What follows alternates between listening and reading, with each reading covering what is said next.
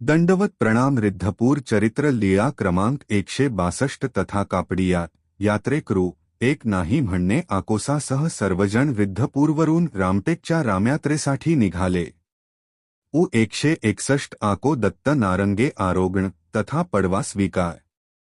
रामयात्रा झाल्यानंतर आपल्या घरी निघाले तेव्हा वाटेत संत्री पाहिली. संत्री घेऊन पुन्हा रिद्धपूरला आले.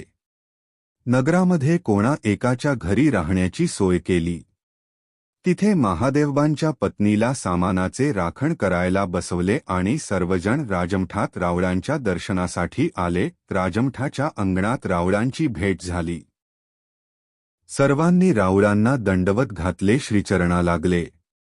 नंतर रावळांना संत्री अर्पण केली. रावळांनी काही संत्रांची आरोगणाही केली. तेव्हा राऊळ सर्वजणांकडे अवलोकन करत म्हणाले, आवो मेली जाये एक, दोनी, तिनी, चारी, पाच, सा मेला जाये एक नाही म्हणे. पुन्हा राऊळ म्हणाले, आवो मेली जाये गंगातीर एक, कापडी नाही म्हणे. ह्यावर भटोबासांनी विचारले, गोसावी एक नाही म्हणताती तरी तुमचे कोणी बिढारी राहिले असे आकोसा म्हणाल्या. हो नागदया. महादेवोबाची ब्राह्मणी बिढारी राहिली असे भटोबास म्हणाले. आको जाय ती येते घेऊनी ये. तिची आठवण गोसावी करिता ती आकोसा गेल्या. सामानाच्या रखवालीसाठी कुणा दुसऱ्याला बसवले आणि महादेवबासांच्या पत्नीला राजमठात घेऊन आल्या. महादेवबासांच्या पत्नीला ही रावळांचे दर्शन झाले. तिने रावळांना दंडवत घातले, श्रीचरणा लागली.